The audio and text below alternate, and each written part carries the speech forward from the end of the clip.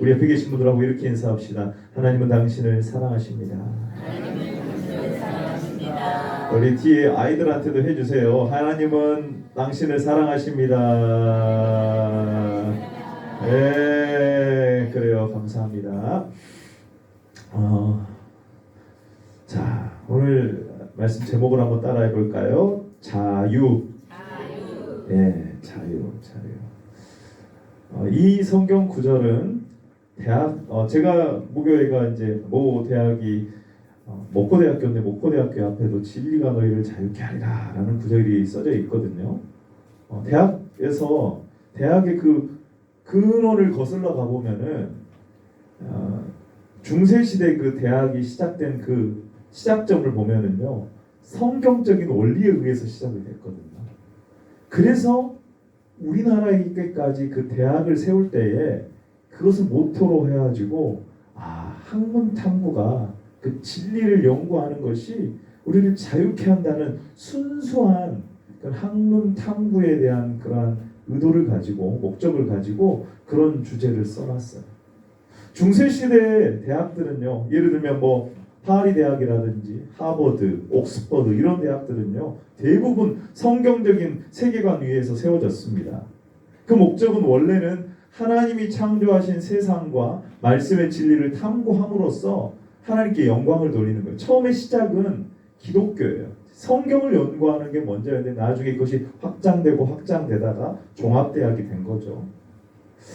따라서 그 진리의 탐구가 신앙의 자유와 학문의 자유로 연결이 되었고 이것이 대학의 모토가 된 거예요. 원래 중세에는요, 하나님 중심이었어요. 이건 빼놓고 생각할 수가 없어요. 그런데 여러분, 이제 종교 개혁을 통해서 성경이 번역이 되고 양심의 자유와 학문의 자유가 강조되기 시작했습니다. 종교 개혁과 르네상스를 통해서 인간 중심으로 점점 바뀌어가기 시작해요. 그러면서 자유가 부각되기 시작한 거죠. 그래서 그걸 뭐라고 말하냐? 인문주의라고 말해요.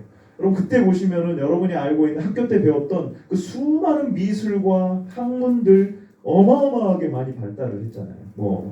미켈란젤로, 그 다음에 레오나르도 다빈치, 이런 사람들이 전부 다 그 시대에 엄청난 인간의 자유를 탐구하고 연구함을 통하여서 더 발전이 됐어요. 르네상스를 통하여서.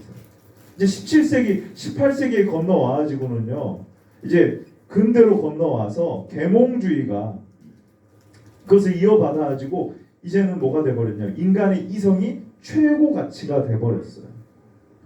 심지어는 산업혁명과 사회가 발달하고 과학이 발달하고 문명이 발달함에 따라서 사람들이 이제는 어떻게 돼버렸냐? 하나님이 없다 하는 지경까지 가버렸어요. 자유가 기존에 가지고 있던 그 전통의 권위와 틀로부터 탈피하는 것이 이게 자유다라고 생각을 한 거예요. 그래서 21세기에 들어서 가지고 미국이라는 나라에서 히피라는 그러한 문화가 생기게 됐어요. 히피 운동이 생겼어요.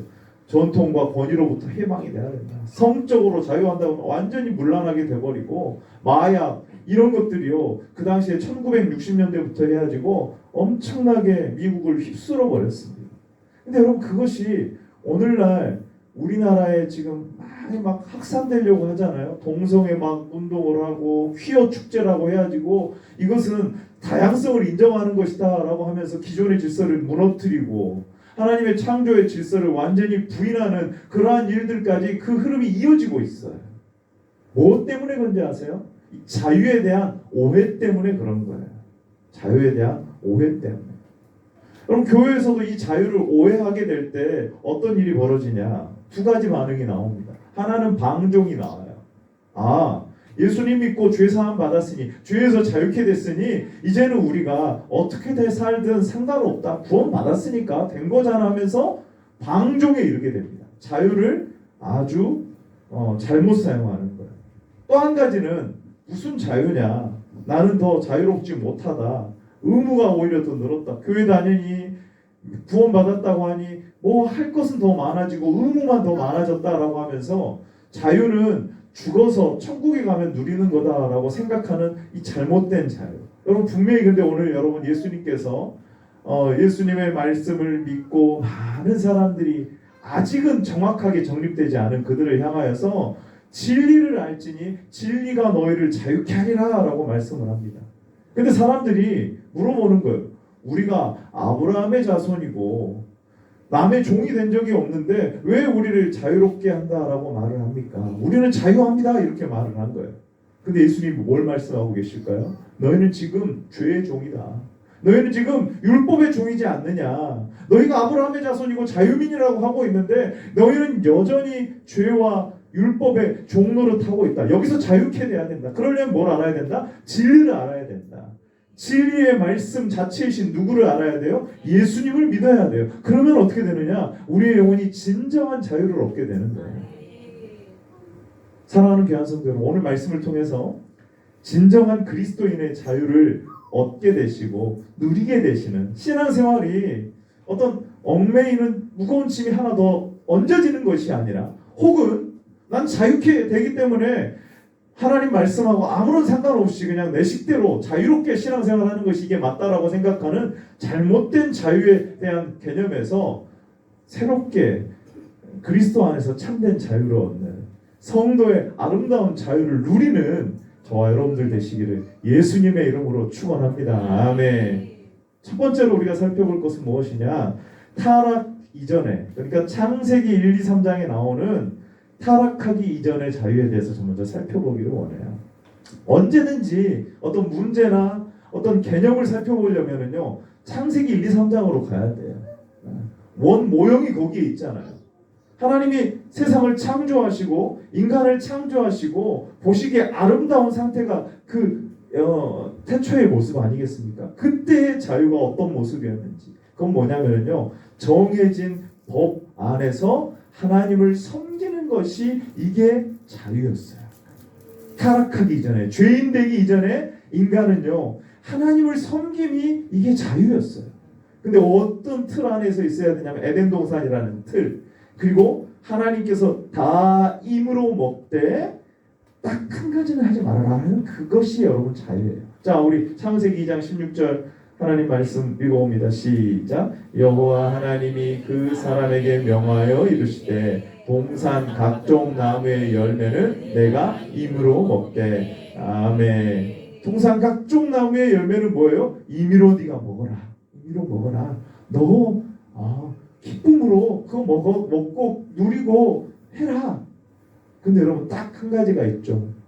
동산 중앙에 무슨 나무가 있어요? 생명을 알게 하는 생명나무가 있고, 또 한 가지는요, 선악을 알게 하는 나무가 있어요. 이것을 먹지 말아라. 다 먹어도 좋아. 그러나 단 한 가지 뭘 먹지 말아라? 선악과는 먹지 말아라. 이게 여러분 하나님이 정해주신 틀이에요. 하나님이 정해주신 그 범위 안에서 하나님을 섬기라는 거예요.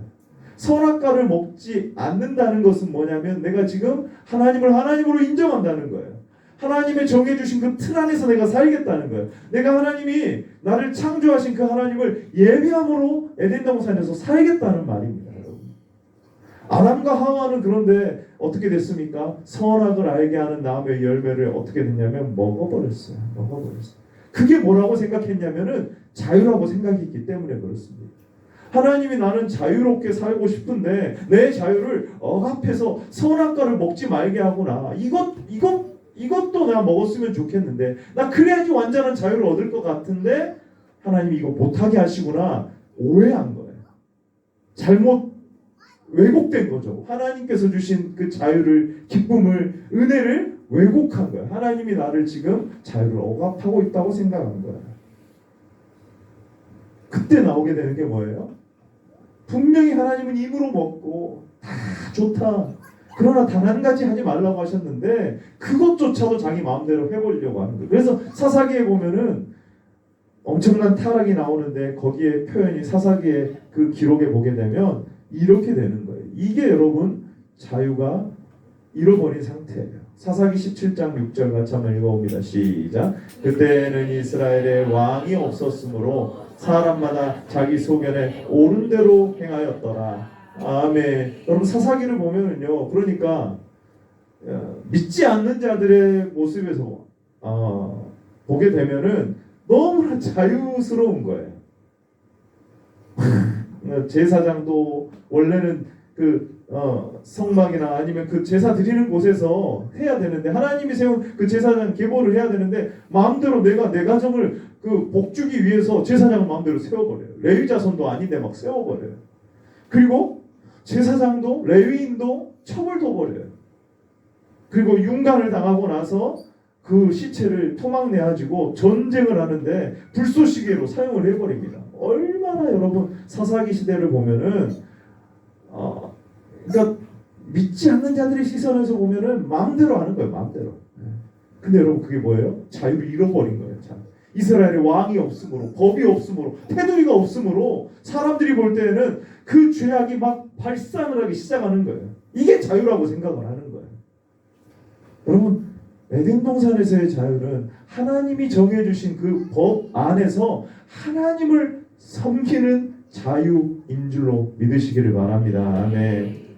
여러분, 이 자유라는 개념을 잘 한번 생각을 해본다면요, 세상에서의 자유는 무엇입니까? 국가 안에서 자유입니다. 이 자유민주주의, 법의 테두리 안에서 자유거든요. 참 자유가 너무나도 잘 표현된 나라가 어느 나라라고 생각하세요? 미국이에요, 미국. 근데요, 이 미국이라는 나라는 정말 자유로운 나라거든요. 표현을 할 수가 있어요. 근데요, 마음껏 표현하고 마음껏 예를 들면은 차. 우리나라는 차에다가 뭐 하나 다는 것도 이건 다 단속 대상이거든요. 근데 미국은요, 막 사람들이 자기가 차를 만들어 버려요.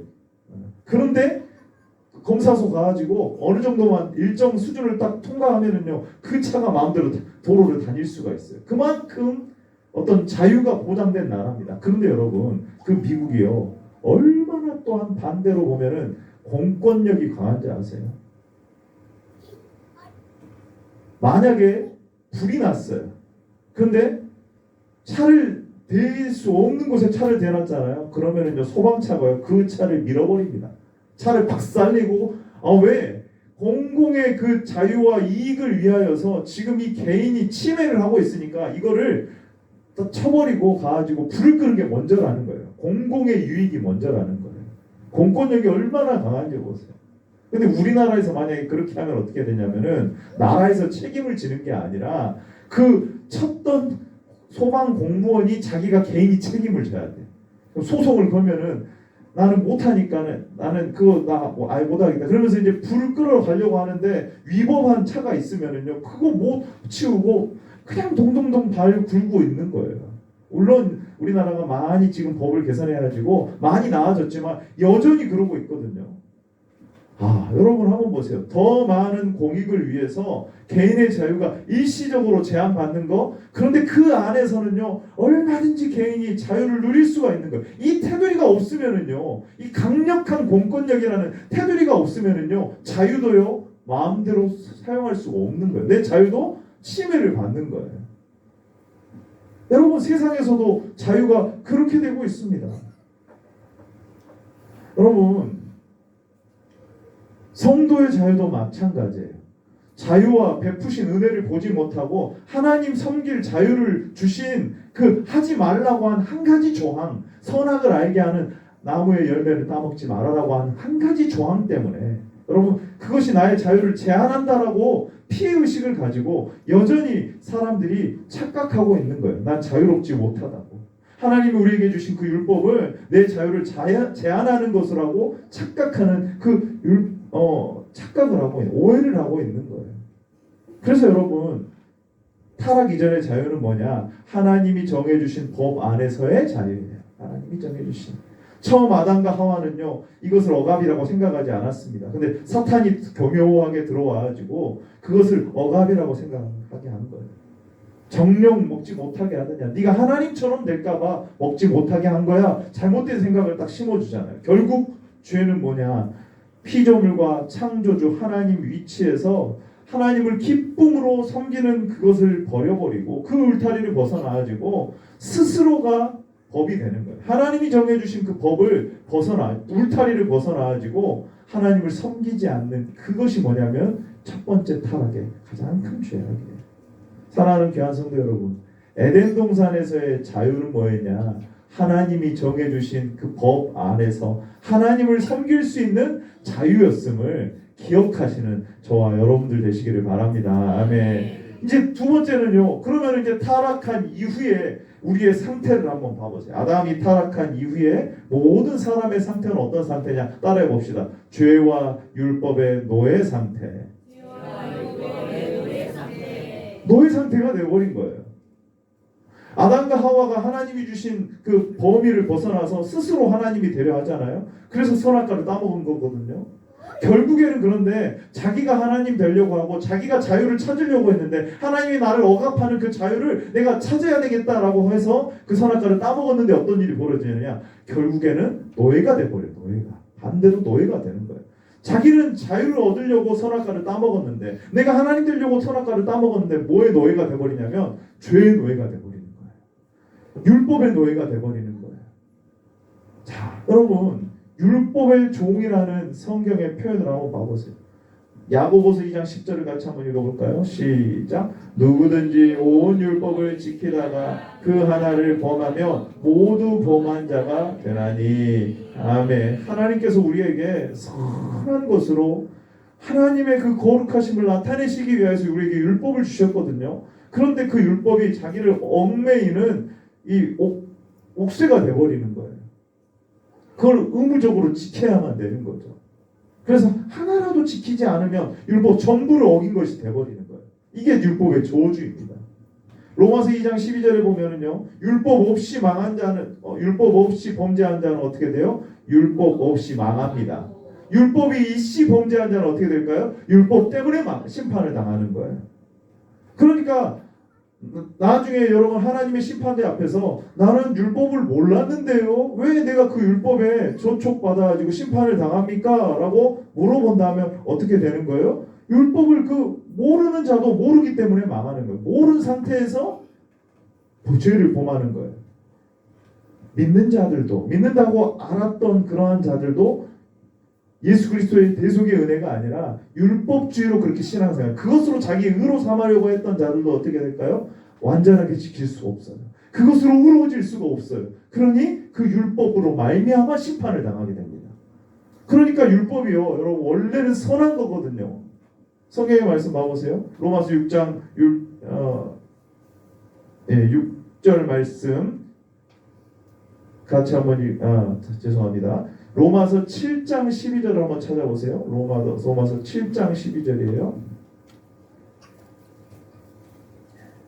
로마서 7장 12절을 같이 한번 찾아봅시다.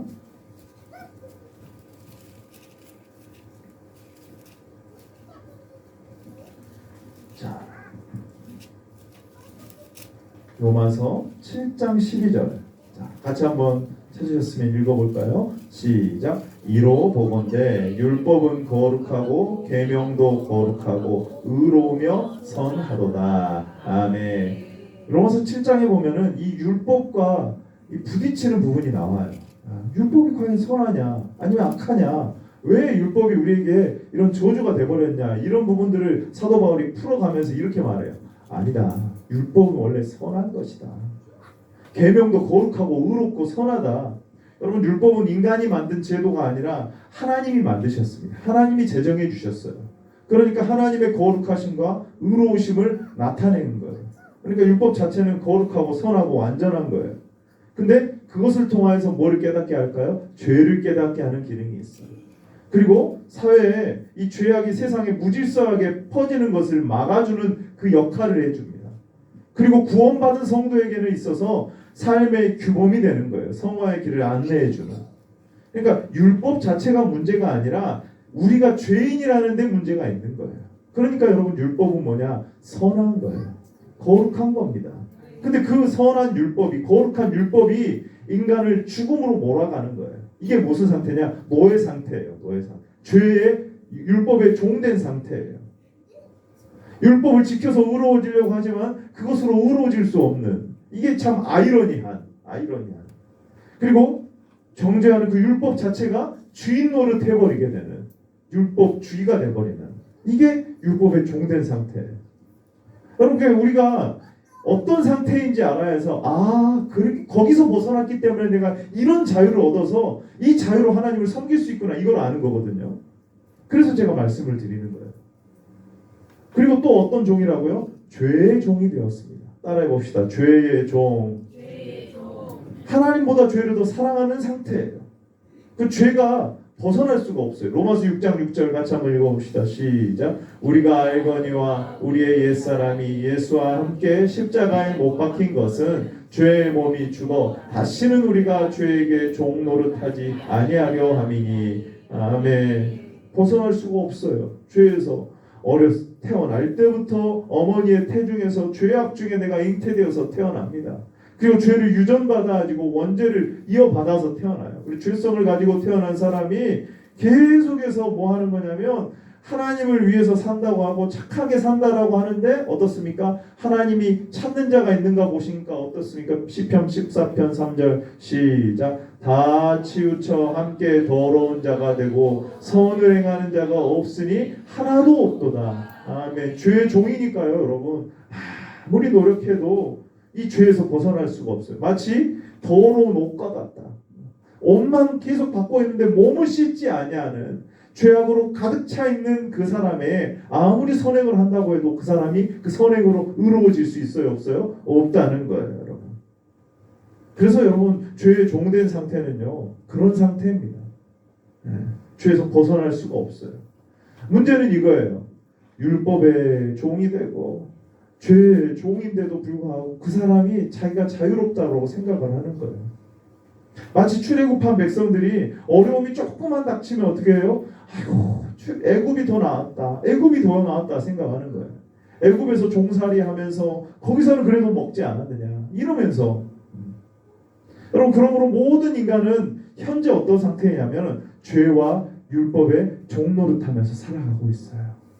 여러분, 여기서 그걸 머물러 있다면요 우리는 멸망밖에 없는 거예요. 사랑하는 귀한 성도 여러분, 그러나 진리를 알지니 진리가 우리를 자유롭게 하는 줄로 믿습니다. 아멘. 세 번째는 진리를 알지니 진리가 우리가 자유케 됩니다.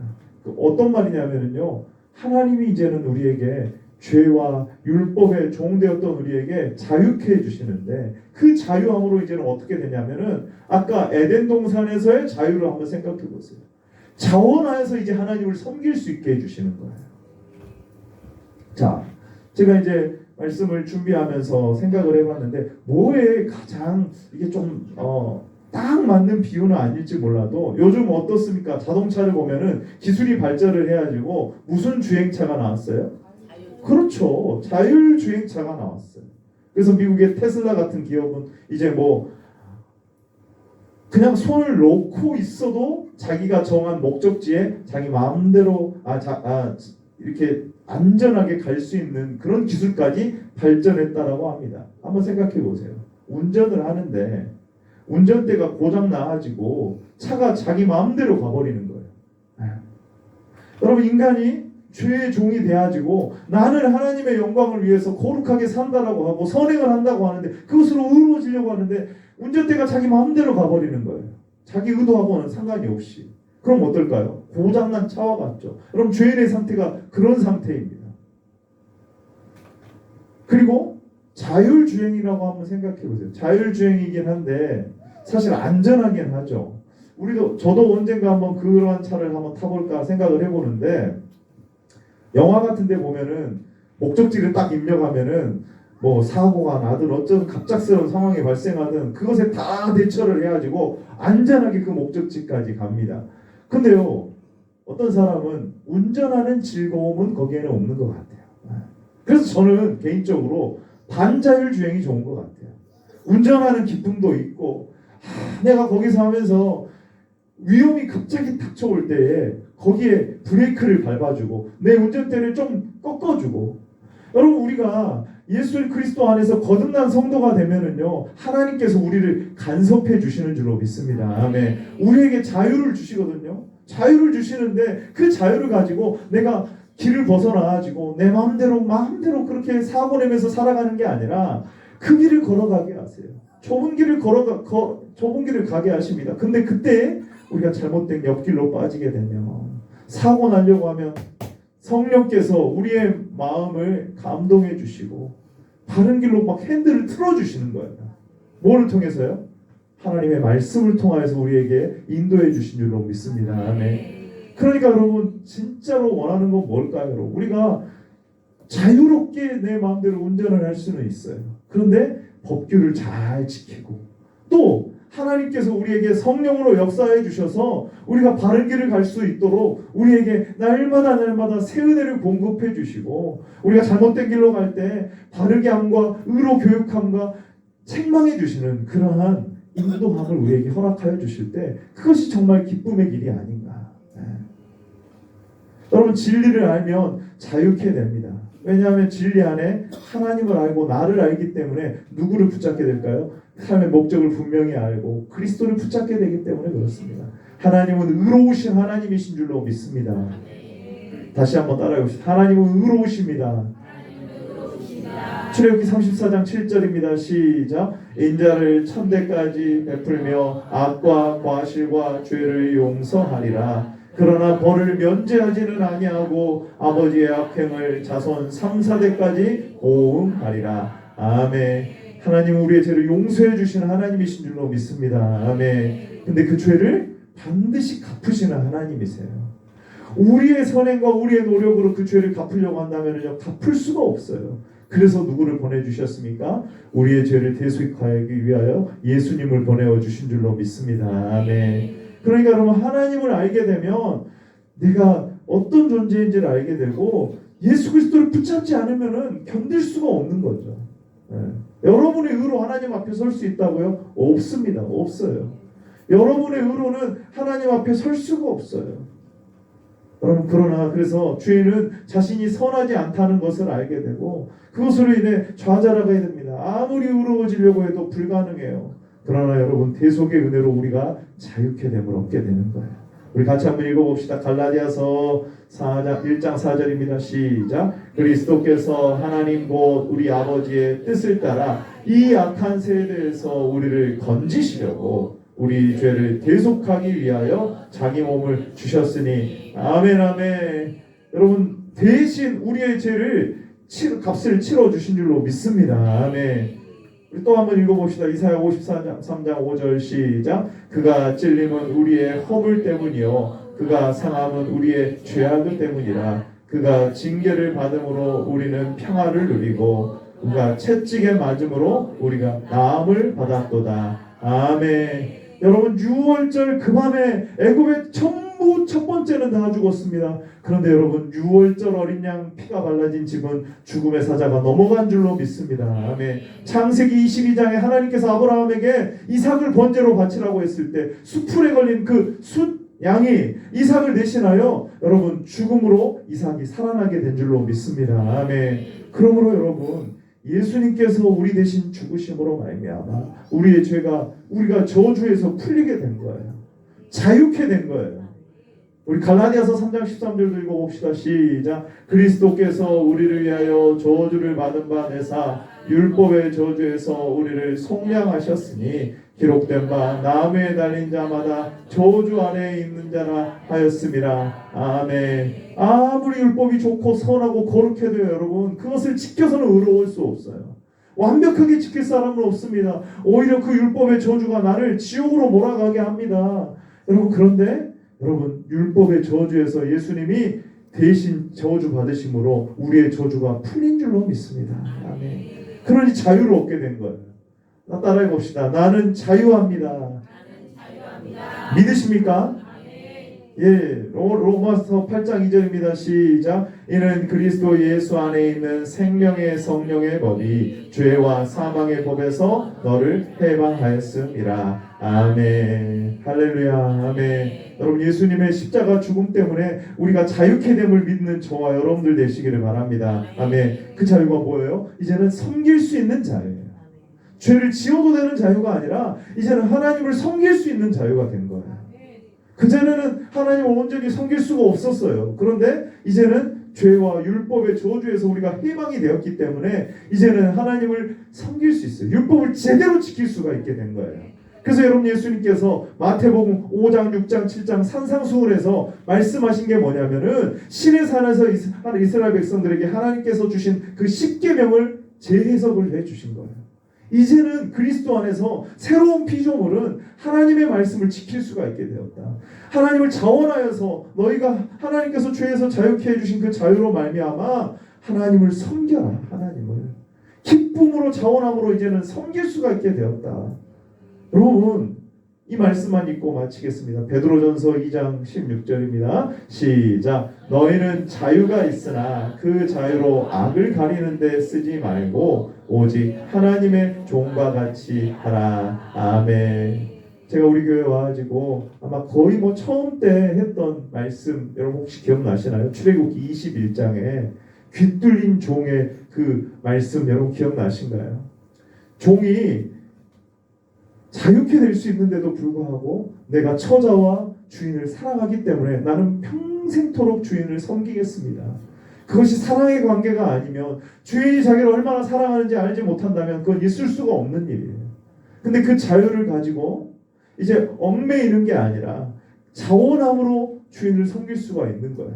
하나님께서 우리에게 예수 그리스도의 대속의 은혜로 말미암아 죄와 율법의 저주에서 우리를 해방하신 줄로 믿습니다. 아멘. 그랬으니 이제는 우리가 마음대로 신앙생활 안 하는 게 아니라 정해진 그 율법이라고 하는 계명이라고 하는 그 틀 안에서 너희가 이제는 기쁨으로 하나님을 사랑함으로 마치 사랑하는 애인을 위하여서 못할 것이 무엇이 있겠느냐 하면서 섬기는 것처럼 너희가 있는 그 자유를 가지고 하나님을 섬기는 데 사용을 하는 거예요.